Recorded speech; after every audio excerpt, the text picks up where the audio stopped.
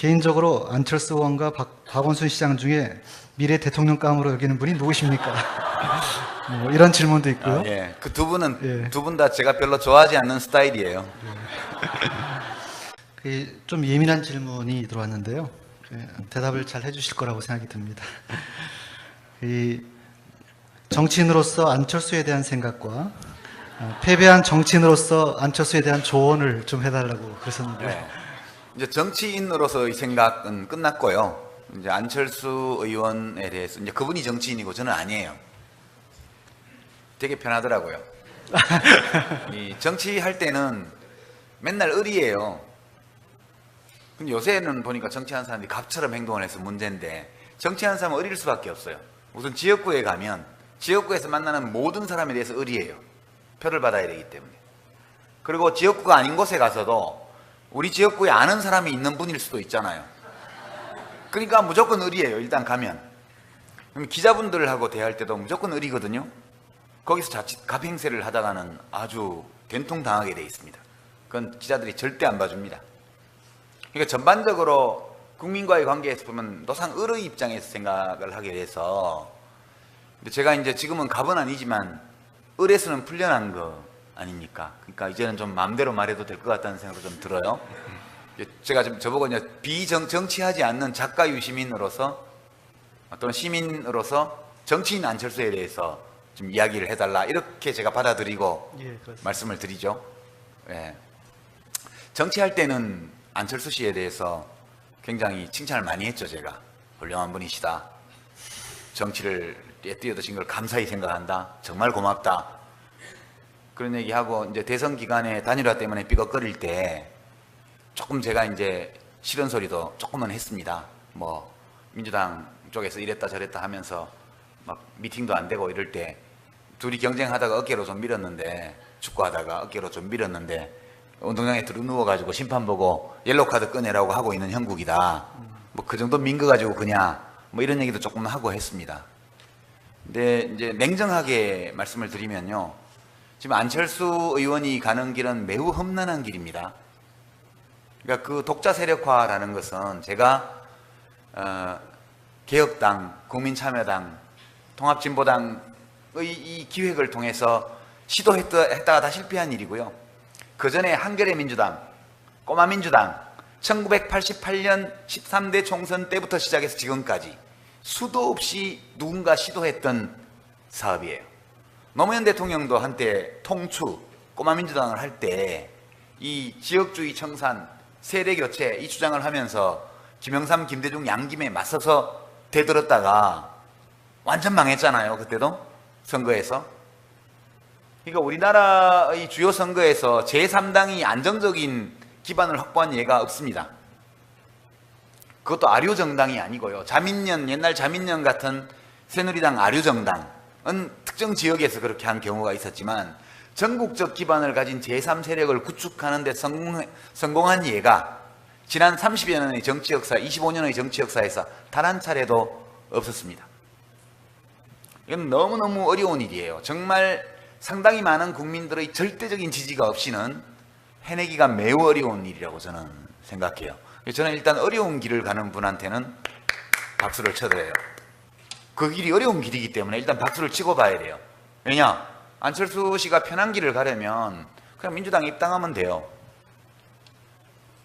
민주당에 입당하면, 그러면 뭐 대통령 후보 지지도 조사하면 민주당에서는 지금 밖에 있고 민주당에 문재인 전 후보가 있으니까 조사를 하면 비슷비슷하게 나오는 거지, 안철수 씨가 민주당에 들어가서 조사를 하면 훨씬 더 많이 나올 거예요. 압도적으로. 대통령 후보가 되는 길이 거기 있습니다. 간편하게. 저처럼 하지 마시고요. 나와서 제3세력 구축한다고 막 이러면 이거는 정치 혁신을 하려고 하는 데에는 도움이 될지 몰라도 자기가 대통령 되는 데는 별로 도움이 안 되더라고요. 그러니까 그게 편한 길이고, 지금 가려고 하는 길은 몹시 험한 길이에요. 그래서 편한 길이 있다는 것은 몰라서 안 가는 게 아니잖아요. 그런 점에서는 그 용기나 또는 신념이나 이런 데에 저는 일단 박수 치는 거예요. 이게 전반전이고요. 이제 후반전은, 저는 안철수 의원이 혹시 뭐 제3세력을 구축하는 데 성공해서 대통령이 됐다고 가정해 보죠. 그럼 제가 뭔가를 기대할 수 있어야 돼요. 저 사람이 뭘 할까? 근데 그걸 모르겠어요, 지금. 저 사람이 대통령이 된다면 또는 제1당의 당수가 된다면 뭐 할까? 그걸 알 수가 없어요.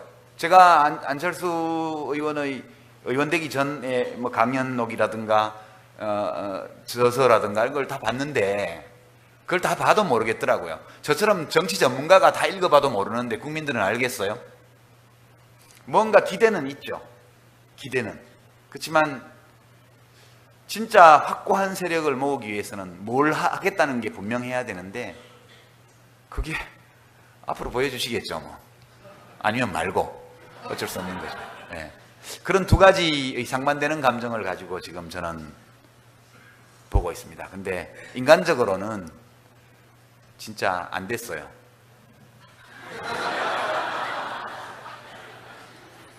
을 속으로 그 을의 위치로 스스로 가신 거기 때문에 참 안 됐다. 그렇게 생각이 듭니다. 예, 잘 알겠습니다. 아마 적지 않은 분들은 선생님의 그 소위 정계 은퇴 소식이 좀 더 개혁적인 세력을 결합하고 결집시키고 그리고 정말 한국 정치를 조금이라도 한 단계 더 높여주는 데 기여했으면 하는 아쉬움을 아마 많이 갖고 있을 것 같은데요. 정말 더 이상 할 수 있는 수단이 없었던 것인가 이런 아쉬움들이 좀 있을 것 같아요. 그래서 거기에서 약간 좀 부연 설명을 좀 해주시면 어떨까 싶습니다. 예. 제가 뭐 이룬 게 아주 없는 것은 아니었고요. 예컨대 이제 저는 이 선거와 관련되어 있는 부패를 어떻게 없앨 것인가에 대해서 정치를 하기 전부터 또 정치하는 동안 매우 깊은 고민을 많이 하고 여러 시도를 실제로 했습니다.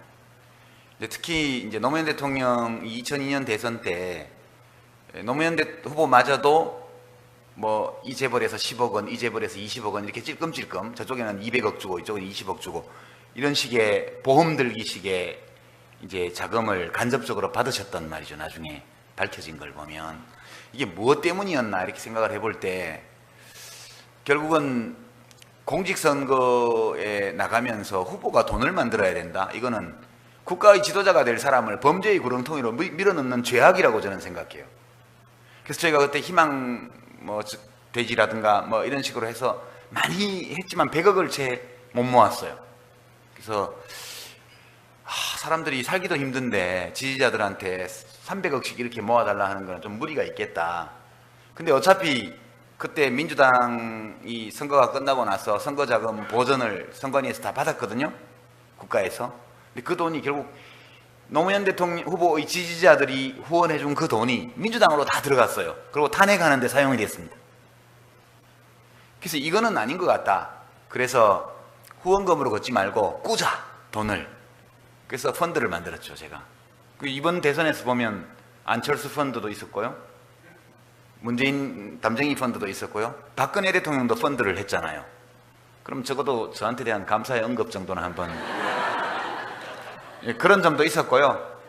그리고 이제 제 자신이 성공하지는 못했지만 시민 참여 없이는 정치의 혁신이 불가능하다는 점을 이제 의제화하는 데는 어느 정도 성과가 있었다고 생각을 합니다. 아울러서 어떻게 운 좋아서 국회의원 한 두 번 정도 한 덕분에 집권 여당까지 포함한 압도적인 여론의 반대를 무릅쓰고 대통령께서 저를 보건복지부 장관으로 해주셔가지고 저 개인적으로는 이제 국민연금법 부분적 개정을 했고 노인 장기요양보험제도를 도입했고 그리고 기초노령연금을 실시를 하고 다른 것들은 다 그 전부터 추진하던 거지만 기초노령연금은 온전히 제가 아이디어를 내서 처음부터 끝까지 한 거라서 그 점에 대해서는 그래도 5년 국록을 먹으면서 10년 정치한 가운데 5년 국록을 먹으면서 그래서 밥값 정도는 했지 않을까 그런 자부심은 가지고 있습니다. 이 정도 했으면 됐지 않나요? 네.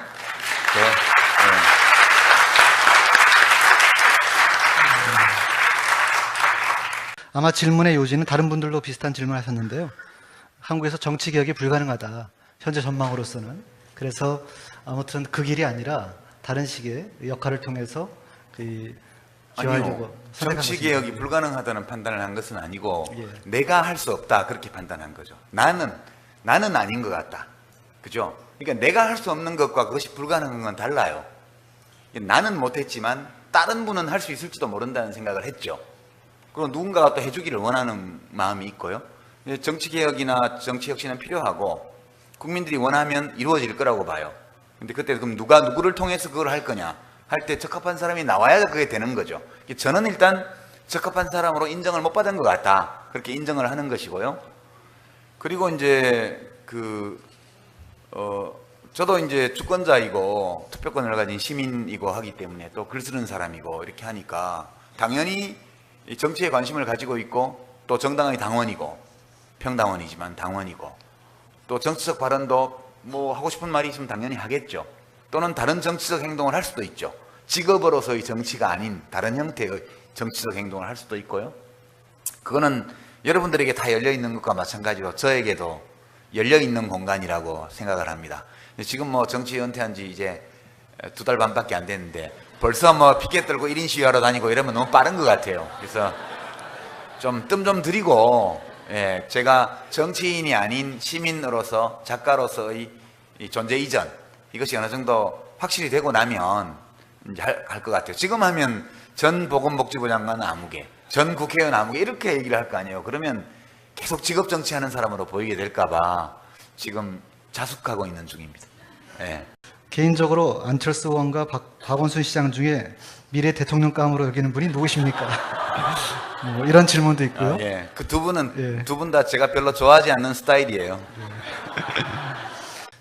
좀 예민한 질문이 들어왔는데요. 대답을 잘 해주실 거라고 생각이 듭니다.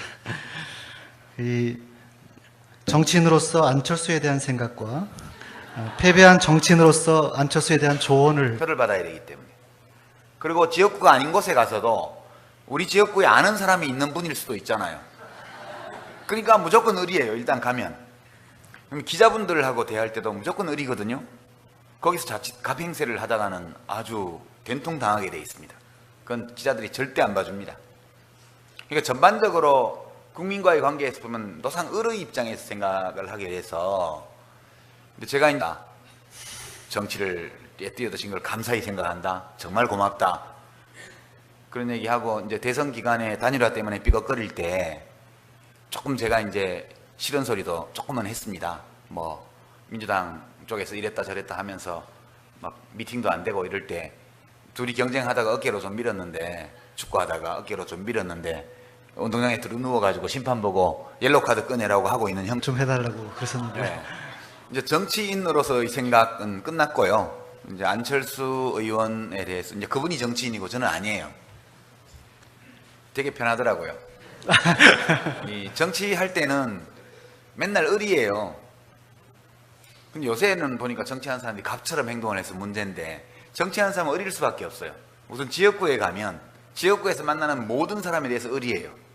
지금은 갑은 아니지만 을에서는 풀려난 거 아닙니까? 그러니까 이제는 좀 마음대로 말해도 될 것 같다는 생각도 좀 들어요. 제가 지금 저보고 이제 정치하지 않는 작가 유시민으로서 또는 시민으로서 정치인 안철수에 대해서 좀 이야기를 해달라 이렇게 제가 받아들이고 말씀을 드리죠. 정치할 때는 안철수 씨에 대해서 굉장히 칭찬을 많이 했죠. 제가 훌륭한 분이시다.